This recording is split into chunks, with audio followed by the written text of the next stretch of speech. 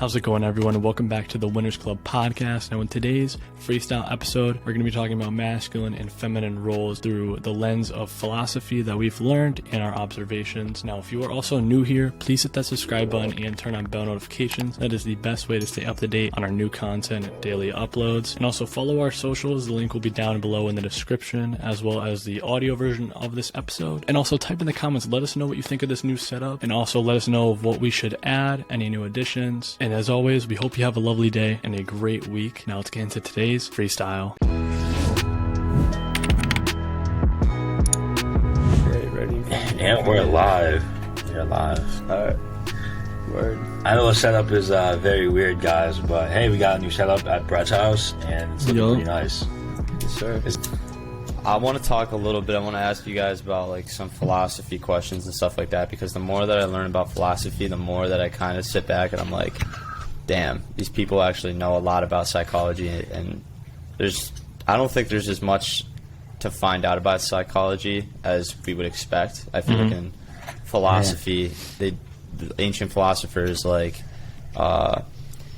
Socrates, Euphrates, Caesar, and Alexander the Great. I mean, you also have obviously Marcus Aurelius and stuff like that. They do a fantastic job of kind of defining the definitions of man and woman. How would you guys classify what a man and a woman even are? Because I've learned a lot. I'll just pull up some of the readings that I've read so far in my philosophy class at school right now. All right, so I've read Hobbes' Leviathan. Kind of talks about like the logic and reason of a man. And there's a bunch of like political ones too, but I've also read A Vindication of the Rights of Woman by Mary Wollstonecraft. I think that's how you pronounce her last name. Also Rights of Man by Thomas Paine. Obviously we've all read The Way of the Superior Man. So how would you, I guess, categorize or label a man? What makes a man and what makes a woman? Because ancient philosophers have done that. I can start. So how, like, even in probably the 1950s till now, I mean, I think I see a man as he's the one that provides, while the female or is more of the caretaker, nurtures, looks after the children. Definitely. Sort of is like I feel like also too, another thing is they can be a role model to children as well, because they're more so the ones like looking after them, while the father more so he's a leader and a provider for that family. But that's a rough, brief description of how I see it. But what about you, Miles? Once again, like Brett said, I believe a man provides. Like, what makes a man is his purpose and what he does every day.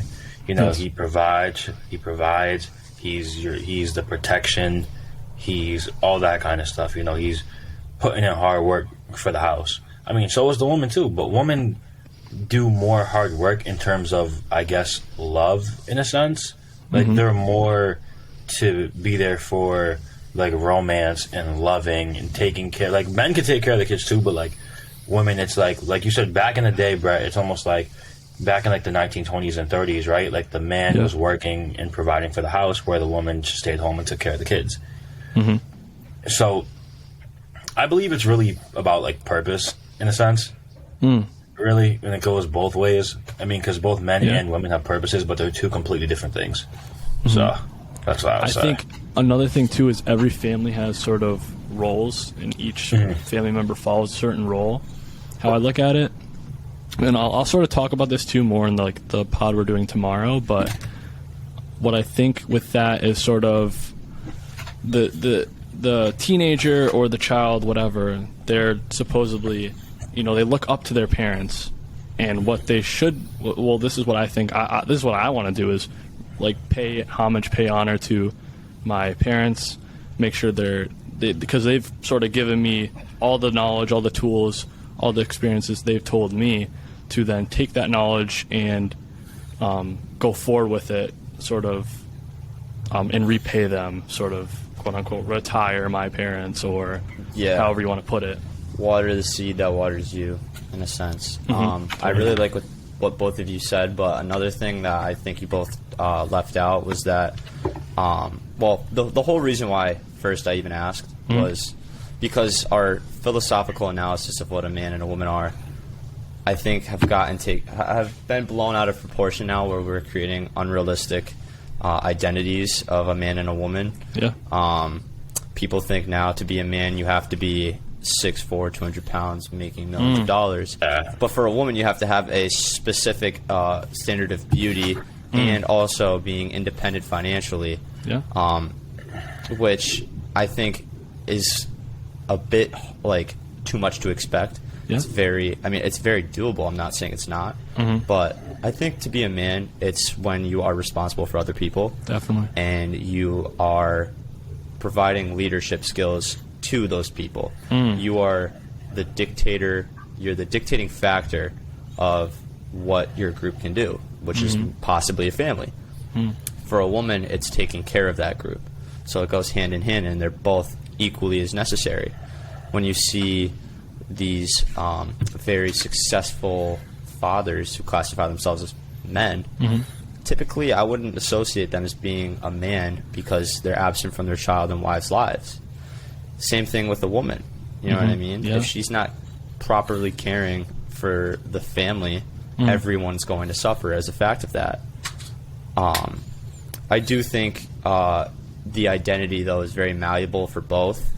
I think you can be a man with feminine qualities, and you could be a woman with masculine qualities.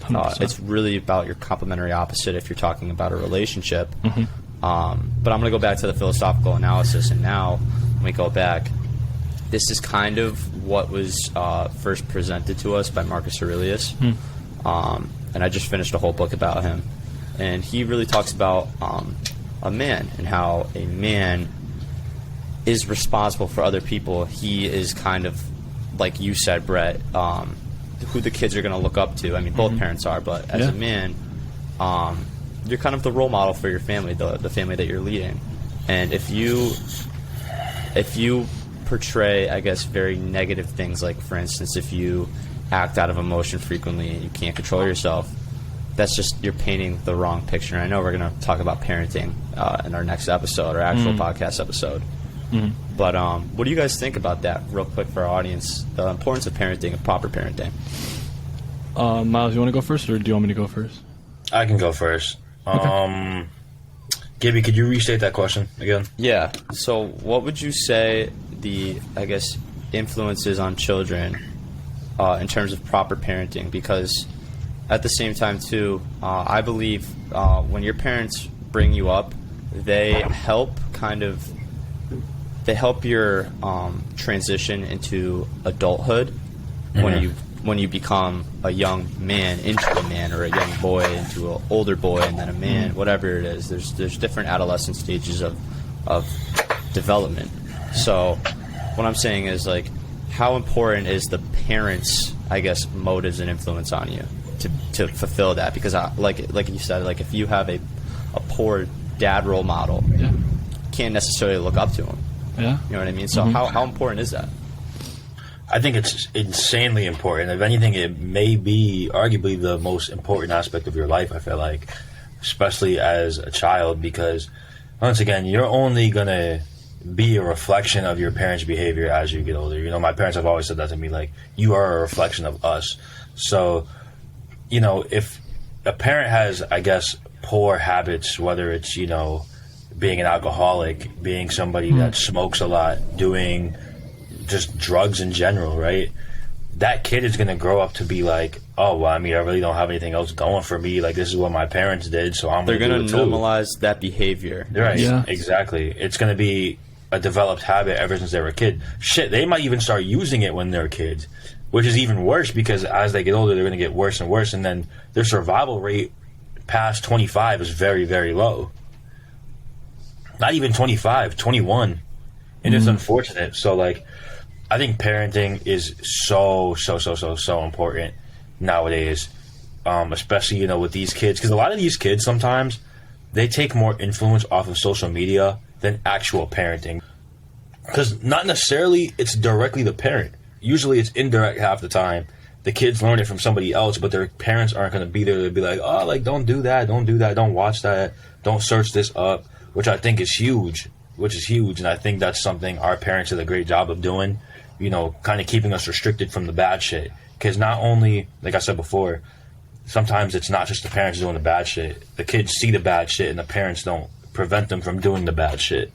So, back to my original statement, I think parenting is probably the biggest aspect and the most important thing that you could have, you know, as a child. I think that's really big. 100%. Like, I'm learning about it right now in my child development class. From ages 1 to 5, your cognitive awareness in your brain is most malleable in terms of what you deem as your norms. So even if, as a young kid, you see your parents engaging in a lot of toxicity, very, very aggressive with one another, and kind of like going against the moral compasses of what we just said of what a man is and what a woman is, that's going to stick with you for all the other stages of your child development. And at the same time, too, you're more likely to fall into that same contraption. So what I'm saying is, you know, when you're a kid and you're being brought up, for instance, what you see, you're more likely to engage in, and you either become it or you learn from it. And it's a very, very challenging thing to do, which is to challenge your norms at a young age. Did I say change or challenge? Challenge. All right, I said challenge. All right. It's very, very hard because it's like almost like, what do you mean? Like, these are the thoughts, I guess, that you internalize. Like, what do you mean? Like, I have to change. What do you mean this isn't normal? What do you mean there's other ways to live life? And once you become, I guess, detached from the present moment and realize that, then you could be open to change and definitely fulfill a lot more characteristics of what a man is if you're a boy and what a woman is if you're a girl. It's very important to know that, though, because that's just what's inevitable in life, is to age, you know what I mean? And it comes with maturity. And that's a big point that I wanted to bring up, was the aspects of maturity and age in some adolescents or young adults that has a drastic role on how you're going to live the rest of your life. I would classify us three as very mature for our age. Yeah. We have good intellect. We have a good understanding of psychological, philosophical, aspects of life, though. A lot of people don't, though. And that's a very big thing, because I hated history. I don't know about you guys, but I hated history in high school. But it's very necessary to know that kind of stuff. Yeah. Because a lot of people aren't even aware of the kind of world that we're even living in. They're totally prone to toxic subconscious behavior without even having any awareness. So how do you guys feel like that affects the subconscious? So my take on that question, I think nowadays kids are just so old. I mean, teenagers, kids in general are just so distracted, and all this media and all the Instagram feed, YouTube feed, they're seeing all this information they're taking. It's just leaving them feel overwhelmed. Even in class, too, people pull out their phones all the time, and they're not really paying attention to what the teacher has to say. Rather than back in the day, you really had to be fully focused in the class, because the teacher would be like, all right, well, you have to read this chapter of a book, or the only resources really back then were the library. So you had to go and actually find that information. And I think another thing, too, I want to bring up is I feel bad for the kids where they're at home and the parents just have to work. Both parents are working consistently 9 to 5. It's like you raise yourself at that point. It's like the media is raising that kid, not even the parent. I mean, some parents hire babysitters, but some don't really. It's rare to even hear about a good babysitter. Have good feedback about one. What you were talking about, though, raised something in my mind about kind of how people are very, very, young adolescents, very distracted. But I would argue everybody in the world, everybody. I don't think there's an age limit. Are very distracted, and when you look at China's government and you look at how they kind of set the precedent for their people, it's very in order and disciplined. Do you know what I mean? And there's a reason why China's the smartest country in the world. You know what I mean? Because they have their people in order. I don't necessarily agree with everything, and I'm not saying you know, condone what they do, but I am saying though that they have discipline within their people, and that produces results. And that's what we're talking about, is how can we produce results to change our whole scheme of things, to change our mindset and to rewire our brain in a healthier manner. Doing that is playing your cards right with your gender role identity. When you look at all the way back and with another thing that Marcus Aurelius said, he said something along the lines of like, it's pathetic why a man should be thrown off by another man's opinion, for he doesn't even know who he is. I think I heard that. Something like that. I just think it's silly, though. You know what I mean? For a man to be insecure, there's really no point for that. And little things like that is only going to make you worse. You know what I mean? Because it's not a man's. It shouldn't be anybody's, I guess, precedent to live insecurely. And it's things like that you're doing to your own self, like overthinking. We did an episode about that. Yeah. Not practicing mindfulness. I mean, when you don't practice mindfulness, you're just absorbing nothingness because you're going to resort to media to distract yourself. This is where we're at now in society. So what I'm saying is, though, is that learning, I guess, like the actual identities of a man and a woman can really help your mindset. And it can really help guide you, I guess, in life. And whatever you choose, how to identify yourself, that's totally up to you. I'm not pressing this onto anybody. I just believe it has helped me blossom into a young man quicker by understanding the concepts of what a man really is. But I encourage females to do the same thing, to blossom into a young woman. Or if neither of those work, at least sample qualities out there, because that's kind of in your genetic makeup in a sense. Do you know what I mean? Yeah. So now I'm going to ask a question. Well, first, did that come off like understandable to both of you guys? You know what I mean? Yeah. No, yeah, 100%. I'm going to go off of one of your points where you were sort of saying just like getting knowledge on both roles. I think it's important too as I am a man, I think learning valuable skill sets will just take you farther in life. I grew up, my father never cooked. He didn't, if he ever did, it was like steak or anything, but he didn't like cook at home. Like now I'm starting to learn. I want to be able to, cook, do steak and do other stuff as well. Cook whatever. Cause one, it's fun. Plus it's the healthiest option rather than going to a McDonald's, going to a Wendy's, getting all this quick and fast food that's terrible for you. I can provide something healthy for my family one day. So I like that a lot. I'm trying to do that with seasoning my food. I know how to cook, but my God, my family is so white that I just had to get some new seasonings in there. Since we've all read The Way of the Superior Man, would you both say that it helped you a lot to realign your life? Because he talks about, David Detta talks about even just chasing purpose. And when I first read that book, I was purposeless in aimlessly living life. Does that make sense? Yeah. Purposeless. So once I read that book, I was able to discover my purpose, and as a result, got my life together. I felt way better. And obviously, there's a bunch of other books for the feminine and the masculine. But would you guys say that helped you? 100%. I think it helped me a lot with just aligning, because at first when I heard of purpose, I was like, all right, I just have one purpose. That's it. I'm not going to have any other. But reading that book really went in detail on, you can have many purposes in life. One door may close and the other door will 100% open.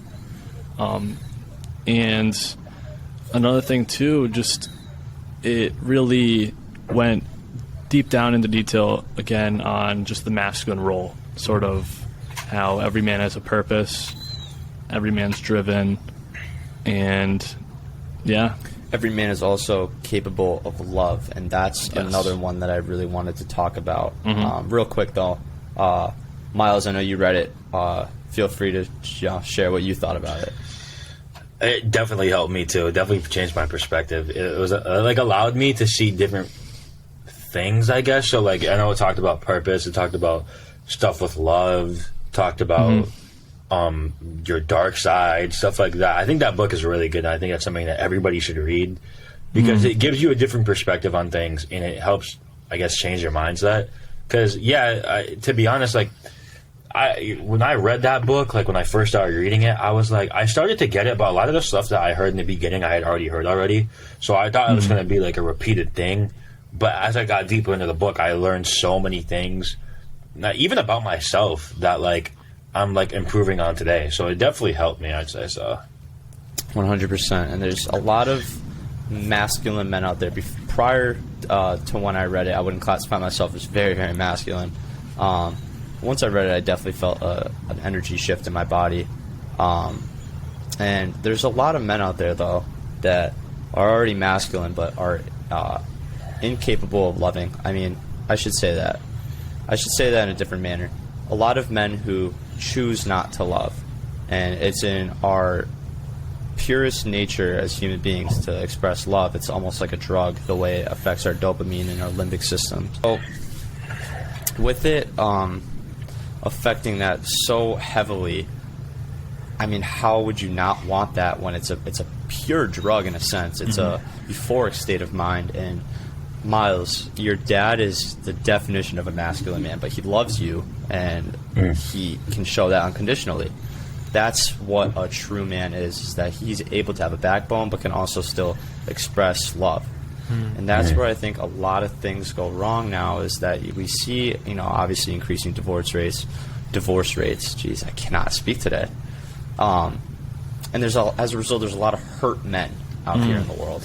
Even when you look in TikTok, and you see like all these TikToks about like she's for the streets and all these other things. Well, number one, we have to take self-accountability as young 100%. Men, and that's part of a quality of being a man. Even if you're not in the wrong, assume you were, and you will learn from it. Yeah. And as a result, we live in that kind of fear to give again. It's not a good trait, though, to have fear and possess fear over things that are just energy frequency waves. Do you know what I mean? Like, being hurt is just an energy in your mind. Do you know what I mean? Yeah. Change it. Start loving things. Love yourself first. That's always the number one thing. And I think that's where we go wrong in this thinking, in this thought process nowadays, is that we don't love ourselves. We are constantly comparing ourselves to other people. But sit back, appreciate what you have, love yourself, and then give that love to other people. Whether or not they deserve it, you'll find out. But never hold back who you are as a person, who you are as a man. I'm giving this in rhetorical context to what we're talking about as men, but this goes for females too. Give your gifts, you know what I mean? That's what this book talks about a lot. If you are a passionate lover, give that gift, you know what I mean? If you're very passionate into money, and money's a huge motive, and that's how you kind of express love, is by showering people and, what you said, watering the seed that waters you. That's another form of it. But a lot of people and a lot of young men out here in this world refrain from that, and they hold back. And I think it would be a really good thing for people to be educated on this, to actually help heal. I think we're all headed towards this very dark place right now if we're constantly going to be just in a bitch fight with boys versus girls or men versus women. You know what I mean? It's just childish. It's child's play. Now, we hope you enjoyed that listen of the new freestyle. Again, if you are new here, please hit that subscribe button and turn on notifications so you're always notified of when we upload. And again, let us know in the comments what you think of today's setup, if you like it, or if there's anything you can add. You can also find the audio version of this episode. The link will be down below in the description. And as always, we hope you have a great and lovely week. And until next time.